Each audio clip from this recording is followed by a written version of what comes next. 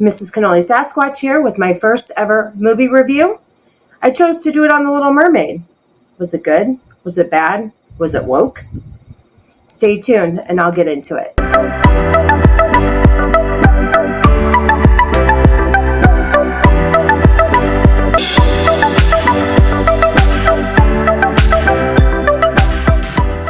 So I decided to launch my YouTube channel with a review of The Little Mermaid. As you can see, I'm a huge fan. I have my friend Flounder here. The OG Flounder. And we also have a bottle of Truly because you definitely need a bottle of Truly or any alcohol of your choice to get through this movie. So, The Little Mermaid, in my opinion, is the GOAT of all Disney movies. When I heard a live action was being made, I couldn't help but be excited. I know I'm in the minority with these live action movies, but I did enjoy Beauty and the Beast, Cinderella, and Alice in Wonderland. I thought that The Little Mermaid would follow suit. Take the characters from the movie, turn them into real people, but boy was I wrong. I went into this movie with the anticipation of truly hating this, and when it was over, I had so many feelings, okay? So many feelings. And I'm so glad that I had like a day or two to sit with my feelings because you do get caught up in the nostalgia, especially if you're a super huge fan like I am. The movie started out with what I felt was visually stunning. The underwater scene for me, when they first introduced us to that world, I felt was bright. It brought you in. I thought it was pretty. Unfortunately, the scenes throughout the movie went considerably dark. So the first two characters we're introduced to are, of course, Ariel and Flounder. Flounder is my absolute favorite character in this movie, as you can see from my friend sitting behind me. I did think the voice was very well casted, very adorable. I wanted the fish itself to be more colorful. Flounder just fell flat to me. He should have been, I felt, a little bit puffier like him. The colors needed to be more vibrant. It just wasn't. It was it almost was like Flounder looked sick, in my opinion. So now on to the elephant in the room, or better yet, the whale in the ocean, the casting of Ariel. Look, I want to start off by saying I would have had a problem with anyone they chose for this role that wasn't fair skin, blue eyes, red hair. I don't understand why this train of thought is being viewed as racist. Wanting something such as a character's entire physical identity to not be changed is not racist. It's called being a huge, huge fan of the original. They couldn't even give us the decency of keeping her original outfit or, top and mermaid bottom. They completely changed that. I think regarding fan service, giving her some sort of resemblance to the original would have been much appreciated. Something, absolutely something that would have given you the smallest inclination that we are watching the original Little Mermaid. If you don't know the original story and saw this movie, you would have never known that it was supposed to be the original Little Mermaid. My major problem with this movie was all of the casting choices. Like, I know that this is redundant and everybody beat up on the casting choices, but now that I've seen it, here's my opinion.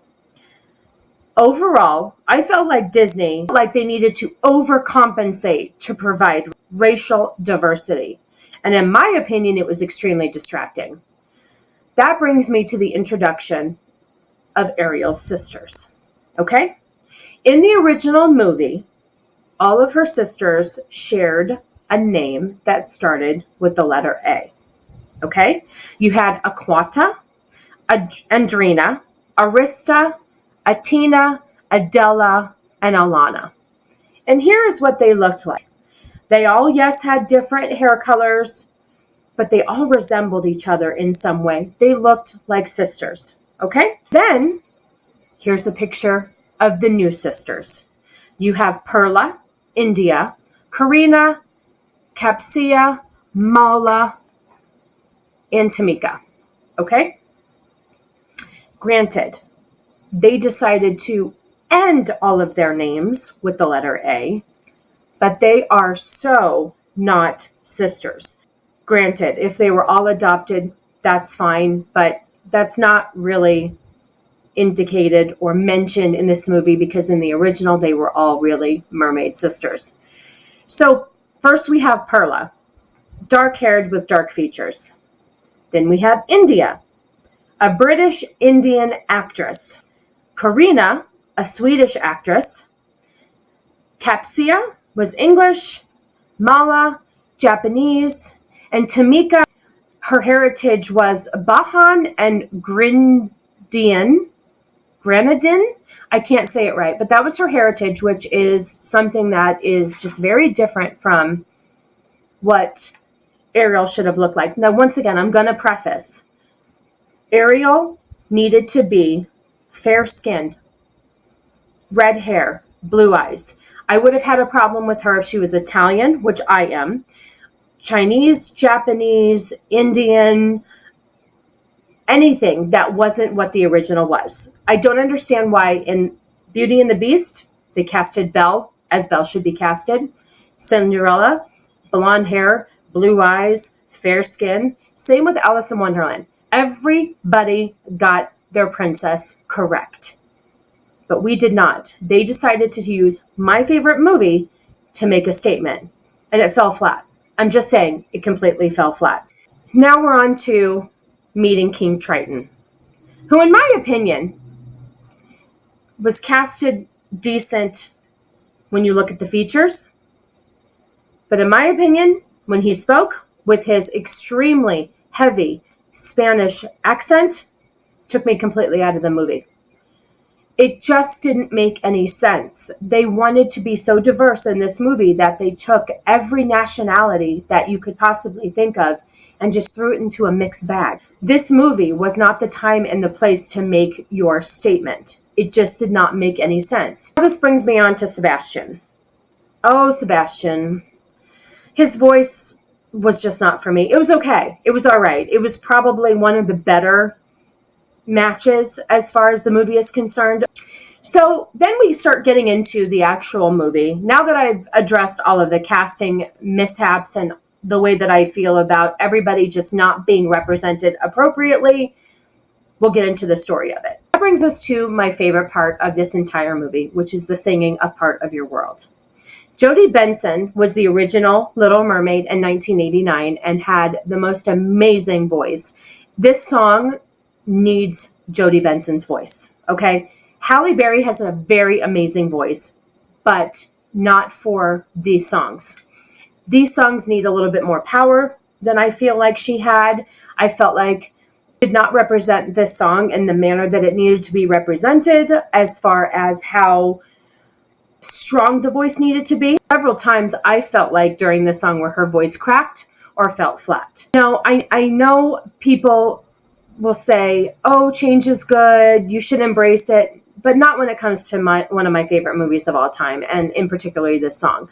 She put her own spin on it, fine. You know, I'm fine with remakes, it's fine as far as songs are concerned. You know, everybody has their different rendition, but this was not the time or the place for that. So Part of Your World, it was fine. It wasn't the original, and I'm stuck in the original. We were then brought to Prince Eric and his ship. My first reaction for the casting of Prince Eric was very lackluster.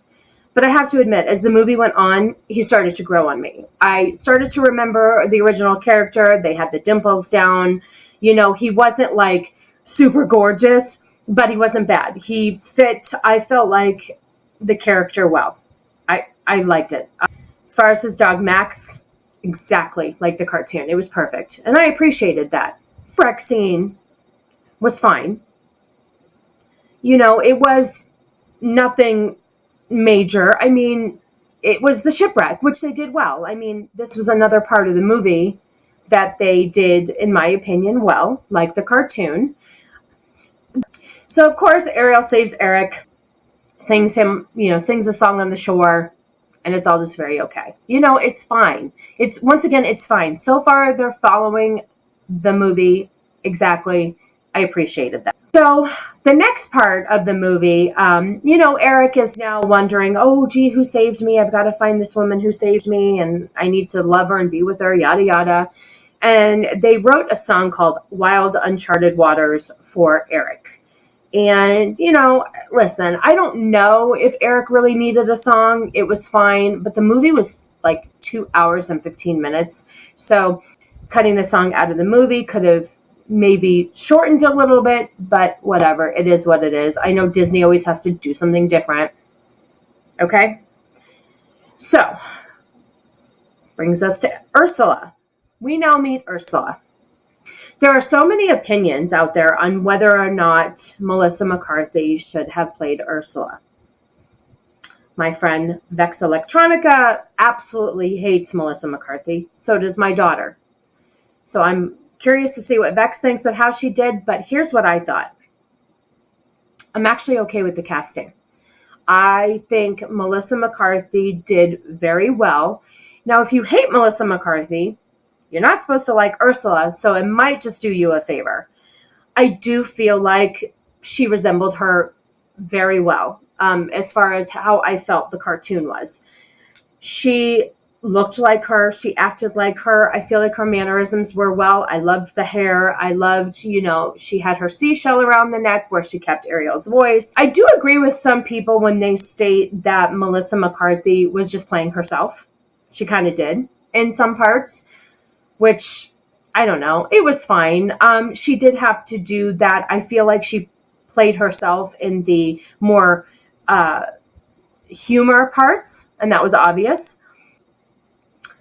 The depiction of her tentacles, the way that they light up, was visually stimulating, in my opinion. I really enjoyed it. I enjoyed the way they did her entire... See, that's the thing. They did her perfect. Fan service. I liked it. And her eels, her little eel buddies, reminded me so much of the movie. They did great. I mean, the eyes that lit up yellow, it was perfect in my opinion. Perfect. So far, so good with Ursula. So when Ursula sings Unfortunate Souls, at the time, I thought it sounded just like the original, but apparently they had made some changes. I felt like the changes were on the subtle side because they didn't stick out to me. So Ariel then gives Ursula her voice, so Ursula can put a spell on her, which will give her legs for 3 days, yada, yada, yada. I mean, we know how the story goes. So far, we're staying on point with the story. So now Ariel has her legs. She's rescued by a sailor, boatman, shoreman, whatever you want to call him. And, of course, he's kind enough to bring her to the castle. I wasn't a fan of the dress that they put her in. During this scene, we are introduced to a original song called For the First Time, sung by Halle Berry. Now, this song, I feel like, fit her very well. It fit what her voice capabilities were. It was almost like it was written for her. And I enjoyed that song. There were parts of that song, especially towards the end, where she hit these high notes, and I felt like it was perfect. It was really well for her because the song was written probably for her and what her voice could do. So I was fine. So we're brought to where now Ariel and Eric have gotten to know each other. They're hanging out, and they take a day on the carriage, and they go to, I guess, a little village, and they're having a good time. So at the end of their village day, where they're having a good time, they go to, they're coming home, and Scuttle, which I did not bring up in the beginning of the review, and I apologize. It's probably because this character, the way that they did this with Awkwafina as the voice, was horrific. Scuttle is supposed to be a boy, but it was voiced by a girl, of course, because why not? And, I really enjoyed Scuttle in the first movie, and in this one, I don't know what to call it, was rather irritating. So in this scene with getting them to try to have more time together, Scuttle steals Prince Eric's hat, and that leads them into having to get into a boat, into the water, for the Kiss the Girl scene. So, love this song too. Always been a favorite of mine. I, enjoyed the parts of it. I thought it was visually fine. I liked how they did take parts of the original movie and bring it to the live action. Now, of course, they changed the song or the words in the song because, we don't want to offend anybody. So I do have the lyrics and I'm going to read them because they're the changes. The changes in the song are more subtle, but here are the original lyrics. Yes, you want her. Look at her. You know you do. Possible she wants you too. There's only one way to ask her. It don't take a word, not a single word. Go on and kiss the girl. In the new version, we can't be as forward. So in the new version, the last two phrases have been revised to use your words, boy, and ask her. If the time is right and the time is tonight, go on and kiss the girl. So what you have to do now is we have to ask her. We can't just not ask her and just do it. We have to ask her if it's okay because now we need consent.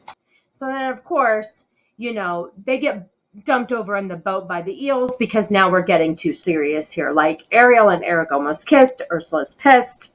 So now she's going to take matters into her own hands and she is going to turn herself into Vanessa and go and use Ariel's voice against her with Prince Eric and get Prince Eric to fall in love with her and get her married, yada, yada. So Vanessa, I have to say, was perfect. Absolutely perfect. She looked exactly like Vanessa did in the cartoon, which I appreciated. And I just don't understand why Disney chose to cast certain people so perfect and others just completely in left field. It didn't work for me. Here comes the really, really cringy part of the entire movie. Okay. So Scuttle goes to tell Ariel that something's going on. Like they think now that it's Ariel that Eric is marrying. They don't realize it was the Sea Witch. So now we're brought to another Disney original. The Scuttlebutt. The Scuttlebutt.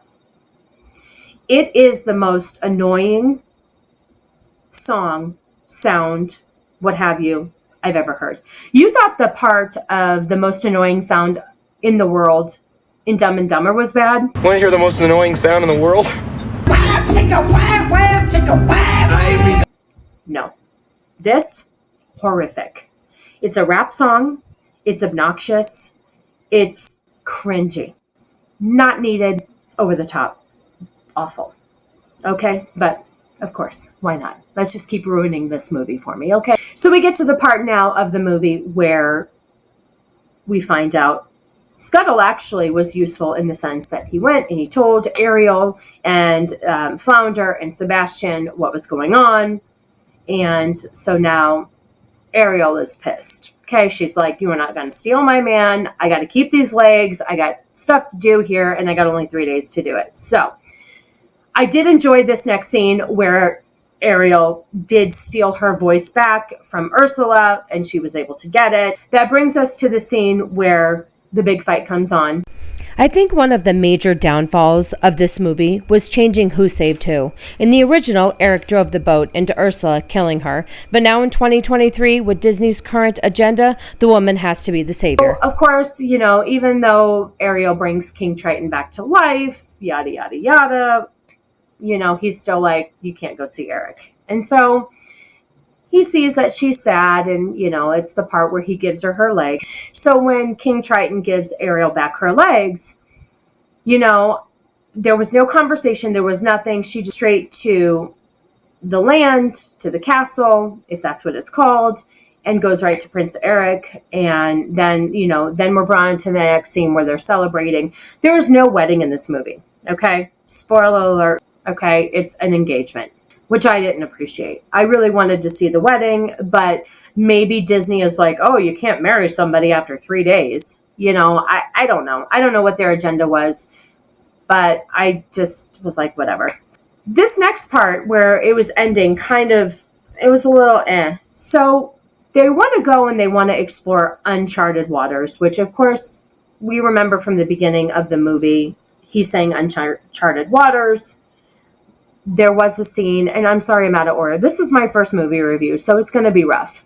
There was the part when they were talking, when they first were getting to know each other, when she was in his whole like museum of odds and ends, and they were going over the maps together, and he was showing her all of the different places in the world, and they did speak on uncharted waters. So, that was a throwback from the beginning of the movie. So now they're going to explore uncharted waters. Fine. However, he's a prince. Left in an old, like, rowboat. I don't understand why they couldn't. Now, I know his ship was destroyed, but they don't have any backup ships. I mean, he is the prince. So, I don't know. I just thought that was weird. It's like, where are they going? How long are they going for? They're just in this rowboat. He's a prince, and they're just going to survive in this weird rowboat? I don't know. It was kind of weird. And then it brings us to the ending of the movie. They're sending them off. Everybody on land is sending them off. And then, she's getting ready to go. And then there's her dad. And this was like the first interaction of her thanking him for giving her legs. How many days passed? She just got her legs and was like, I'll see you later. I really wish they would have had maybe a scene where they could have talked about why he gave her the legs or that he wanted her to be happy. Thanks, Dad. Yeah, I've been living up in this castle with Prince Eric for a couple of days. By the way, thanks for the legs. I did enjoy where everybody sent her off, all of the mermaids, the mermen. I was fine with mermen. I get it. That's fine. Once again, every single nationality in the water. I mean, it's just so obvious. Anyway, so I will say I did cry at the end of the movie. I did cry when he was wishing her well. I don't know why. At the end of the movie, I had so many feelings. So many feelings. I saw this on Wednesday night. So I saw it 2 days before it came out. And I'm so glad that I did because I had a couple of days to just sit with my feelings. Because the first feeling I had is that she's not my mermaid at all. But I was like caught up in the nostalgia. Now that I've had time to think about it, I really feel, here are my thoughts, okay? Had they casted Ariel and all of the sisters and King Triton right, I think it would have been a great movie. It needed to be a little bit more colorful. Flounder, a little bit more colorful. I got what they were doing with the live action, and you can't have everything. You can't have certain reactions or emotional, facial reactions with certain things. Like, that's why they didn't do the whole chef scene with Chef Louis and Sebastian, because how do you make a real crab look frightened and all of that for that scene? So I do get that there are certain limitations, but I do feel like if they would have gone more spot on with some of the characters, I really think this would have been good. I really think this would have been a home run. But of course, we have an agenda. We need to make sure everybody's represented. Once again, I've never felt like in my entire life that I needed to be represented in a movie, in a cartoon, in a show. That's a newer generation thing where everybody has to look like everybody else and everybody has to feel represented. That's ridiculous. And that is what's ruining our movies.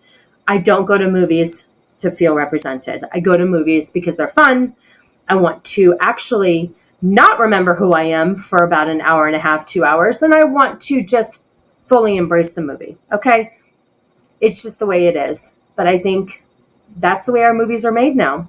Anyway, thank you so much for sticking around for my first ever movie review on The Little Mermaid. There will be more movie reviews. They will not be this rough, I promise. This was my very first one, and I really appreciate all of your support.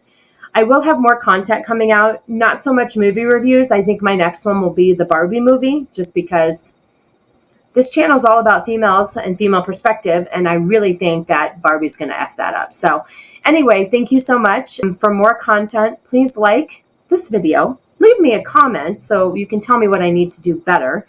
And subscribe to the channel as I'm just getting started out. But thank you so much, and I hope you enjoyed my first ever review. See you guys.